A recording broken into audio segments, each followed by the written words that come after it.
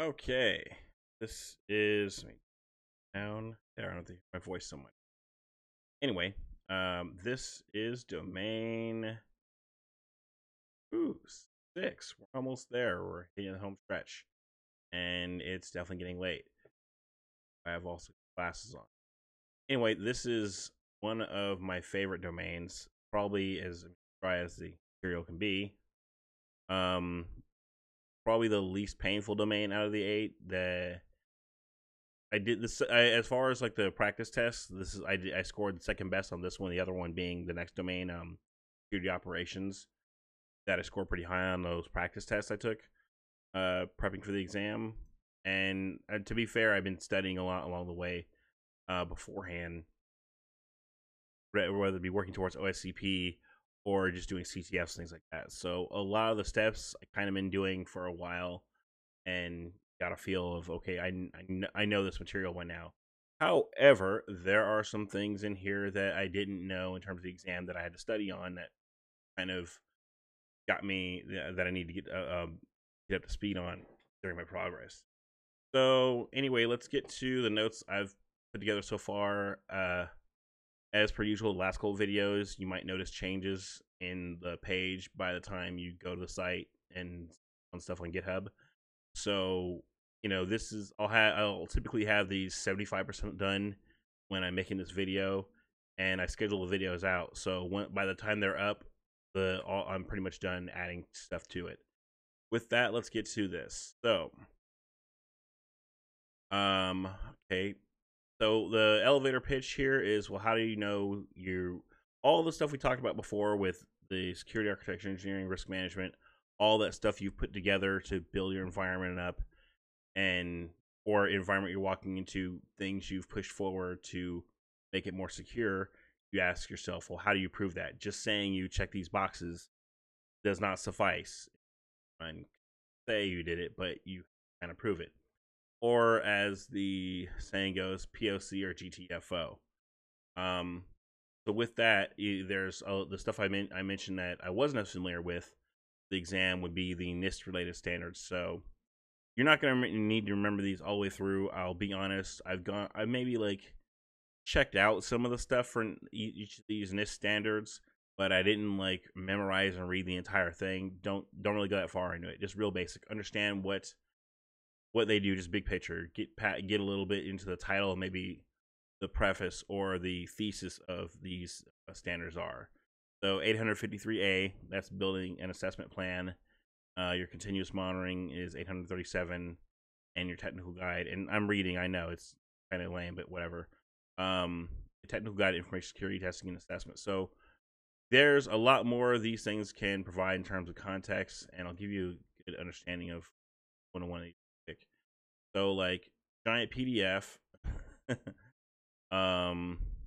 It's 400 about 500 pages.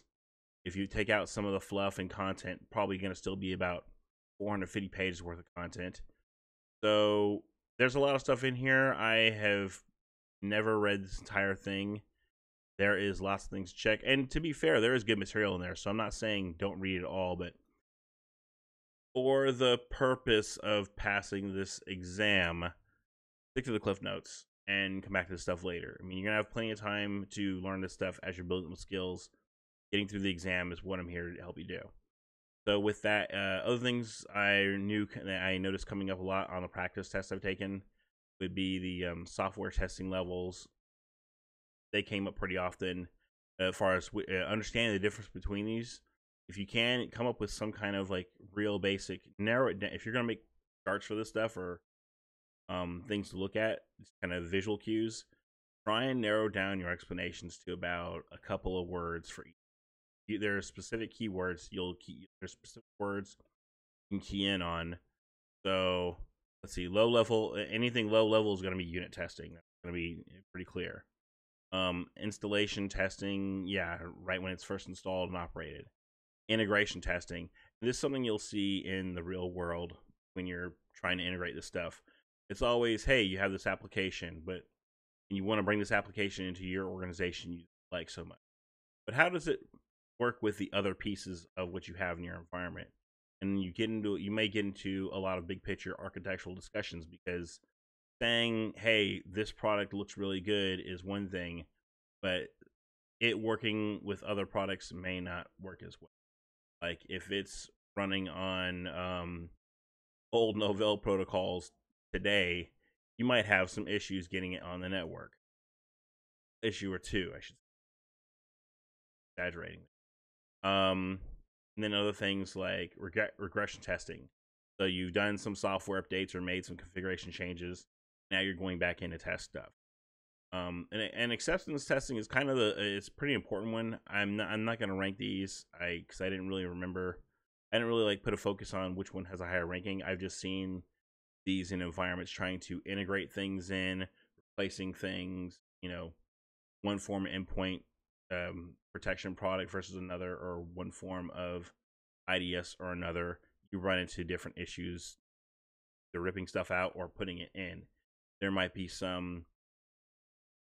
You see this especially in a lot of these smaller places where, well, I take that back. You'll see it in bigger places too. You can see this stuff in a lot of these bad scenarios, and I've seen them in large and small environments.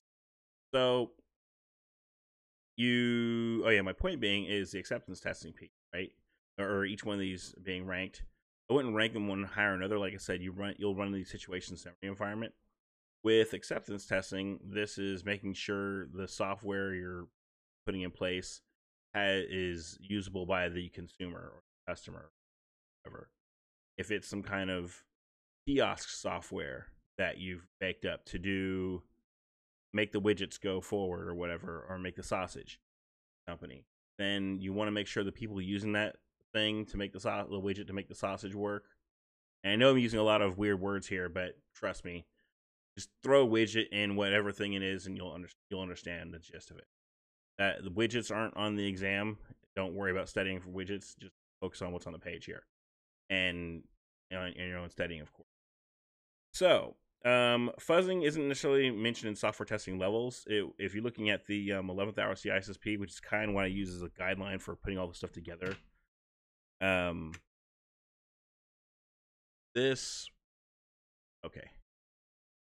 Thought I lost my audio. Anyway, so fuzzing, what does that mean? You have a black box, and you have a place you can input data in. It might be an application, like it might be a field on a web page, or an application that wants you to enter input. And what you're doing is you're sending in random data to see if it crashes. And if the program crashes, like if you send a large amount of bytes or something that exceeds whatever you have initially, you're starting the first steps of trying to do a buffer overflow program. And that basically means, okay, you sent malformed data through or bad information. It caused the program to crash. Well, what happens when it crashes? You try and dig in further and figure out what you can do. You're thinking, if it crashed, what if I were to send a different type of data input through, and instead of crashing, controlling the program or controlling what it can do? Maybe there's other places in memory that I can. You're basically getting it to manipulate the program to do different things. If it's used under high level enough privileges, like if it was a program running as administrator that's vulnerable to buffer overflow, you can easily privesc into your administrator or system exploiting that. That's a whole other topic. I'm going to do a whole separate video on that alone, because I forget the steps occasionally. So, and luckily for you, by then I'll have some editing skills down, so it won't be as dry as this is right now. So with that, another part of software assessment, security assessment testing, is penetration testing. There's a lot of steps involved in this, and this, like I said, it goes into some of the stuff I've been studying. In addition to, I've got some additional links I'll provide below, pointing the steps. For the sake of the exam, you just have to understand the steps in big picture.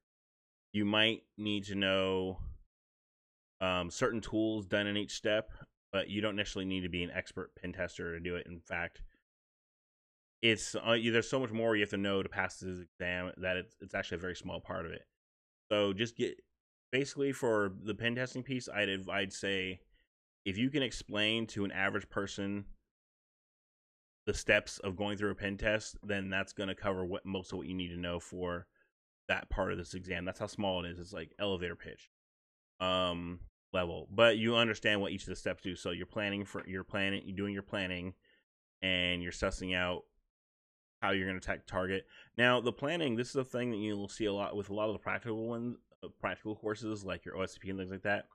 One thing they don't mention as much is when you get into the planning phase much, because it's all focused on the hands-on piece where you're doing the actual testing, and of course the reporting. It doesn't focus as much on the beginning part, like, okay, your meeting, all those preliminary meetings with the client before you do the test, and the preparation. So, okay, what's your scope? You understand what the scope is, and your work order and your agreement stuff. Honestly, I feel like, just my opinion here, CompTIA's Pen Test Plus covers a lot of that stuff, and that part of it at least isn't as technical because you're not needing a technical piece. This is more of the how you're doing this for a business, and ultimately that's what you're focused on here. And I've got links for all this stuff below. We'll get to those in a minute. So going through those steps of planning. Once you've done your planning, you're beginning to do your recon. Some of this recon, depending on your engagement, might be doing your open source intel or OSINT and figuring out what they have, what you're getting to understand your target on, not just the network ports open level, but like who is your target in terms of people and resources, where they're located. Basically doing a lot of background intelligence there. There's not much stuff on OSINT on this exam that I can call, or even the practice test or the book. You might get a dictionary. You get no more of a definition than, say, like the stuff up here. Then once you're doing that, okay, now you've sussed out what your target is and everything, you know your scope, start scanning. So this might be something like running Nmap, or other things like using Nikto and a bunch of other tools. And these are things I'll cover more in depth later on down the road. Once you figure out, okay, you found a bunch of services based on your scans, you start to piece it together what you're going to do, and then you see, oh, okay, this is running an older version of Apache, and this is running this version of SSH. And that's where you get into your vulnerability assessment. From there, you're trying to figure out, okay, so which one, you're looking for low-hanging fruit in most cases. So like you're finding what things are your most critical targets, your easiest way in, basically. And that's where the exploitation comes. So you find a thing that's vulnerable to buffer overflow. Maybe that gets your foot in the door and you're starting to work your way around it. Then you're working your way through further. And there isn't really much on privilege escalation. You're not going to see it. It's not going to be that in-depth here. It's literally just a big picture. So these steps. So you're exploiting the environment. You find your holes. You start moving forward. And then you completely own the environment. You've taken over. You did the thing. So, well, then there's the most important step, the reporting. So when you're doing a report, you're explaining what you did to get in, and then how to fix the problem. Because ultimately, the most important thing to a company is fixing the problem. You can get all the shells you want and get domain admin all day, but if you aren't fixing the problem, then why? Because you can a company is already gonna if they already know they're gonna get owned, or they already know that they're susceptible to attack and don't fix it, then there's no point. I would think in an ideal sense, your goal is essentially to make your job harder the next time around you do a test, and that, at least that's from a more ethical point of view, where you're doing this for a living and making your bread, trying to make networks more secure. I mentioned I have these stages here, and I've got a link for where the site came from, for all the sources and stuff below. So there's that. One thing I saw in a lot of the practice tests and questions, almost everyone I took that related to this domain, was the STRIDE. You'll see this a lot. It's a threat categorization scheme by Microsoft, and it basically breaks down the steps. People and their acronyms, I tell you. Yeah.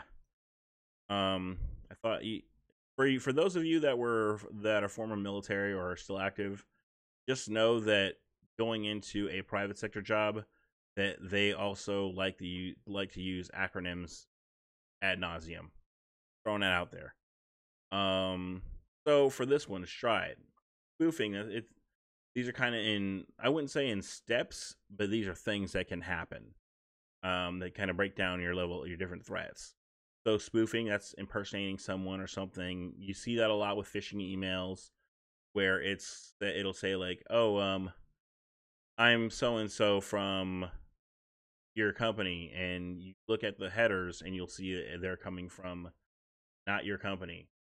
So that's a form of spoofing. A lot of phishing is done with that approach. Tampering or modifying data or code. So you may see that if you're if during an assessment you see you can make changes to things, like altering a table on a database, or changing information. Yeah, basically, I'd say that all boils down to altering information on a database, say a database or something, but it could be broader. Repudiation, that's claiming to not have performed an action. So if you're looking at these for each of these different things, they kind of, if you think about the CIA triad, which will come up more often, they kind of involve a piece of one of those. So spoofing and repudiation, that comes into the integrity piece.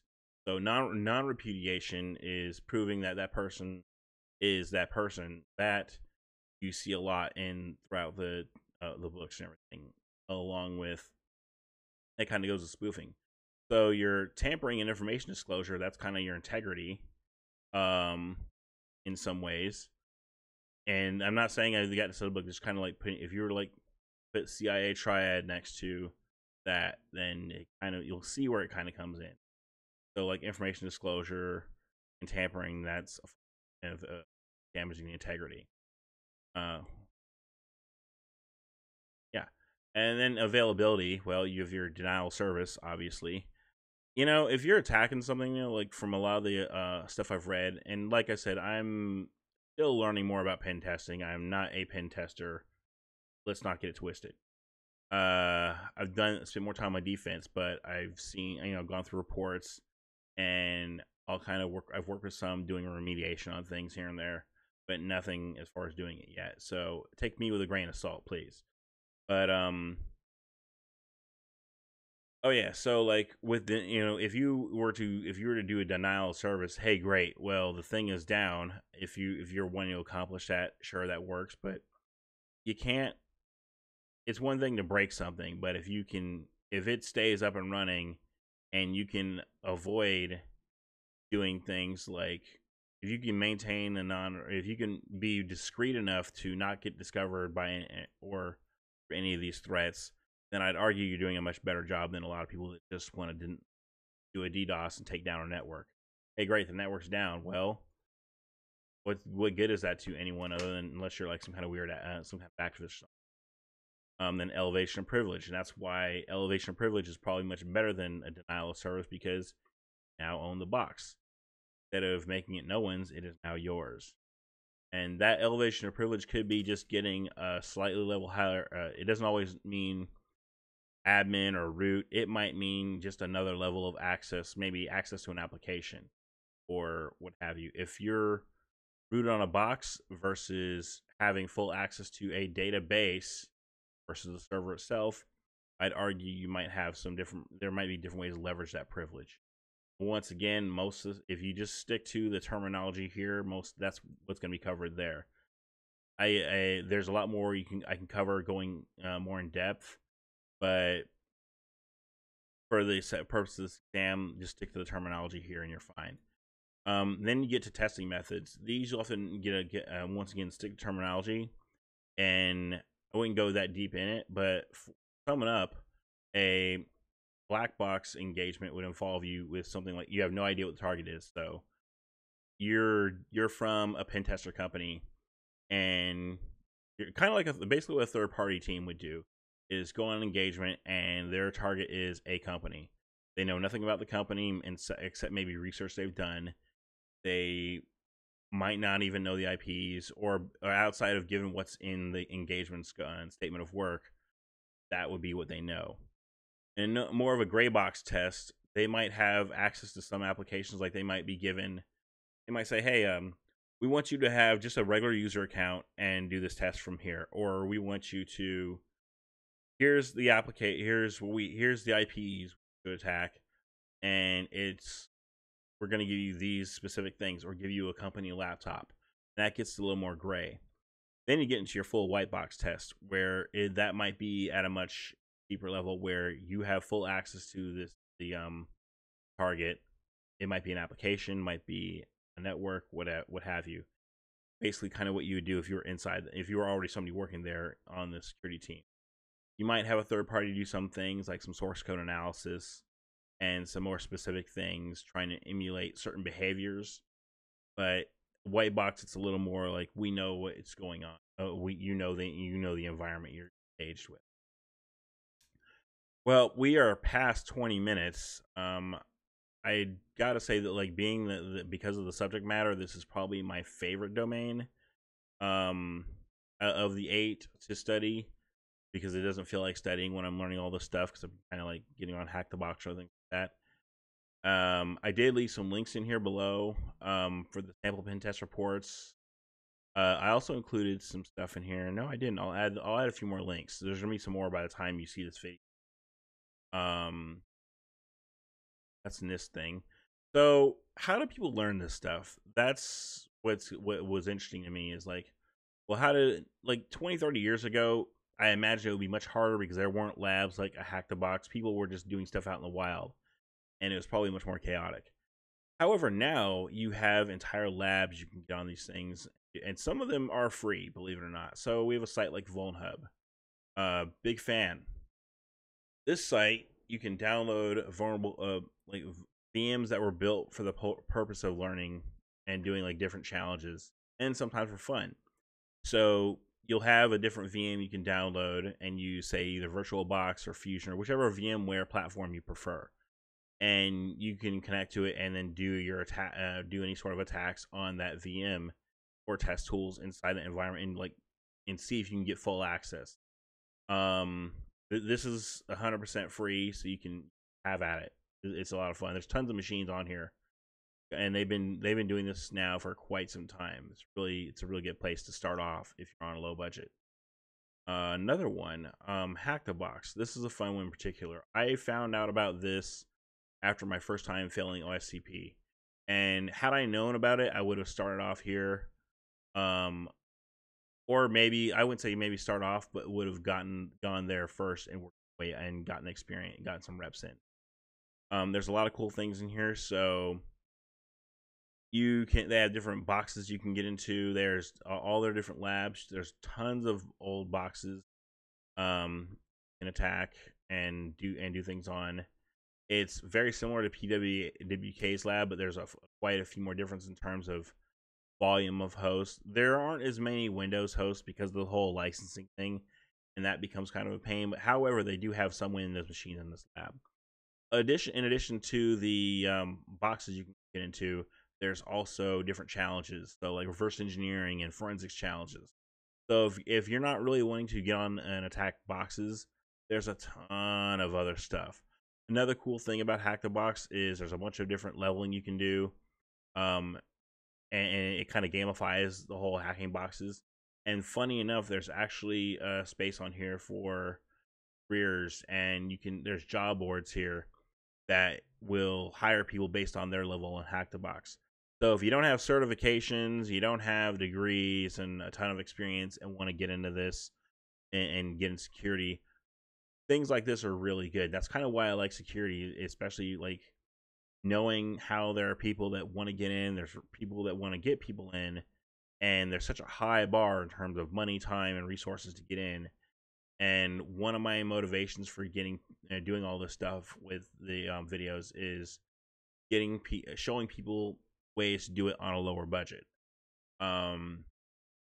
So that's enough of my spiel with that. So another one, and I keep saying, oh, I would have done Hack the Box first, or I would have done this first.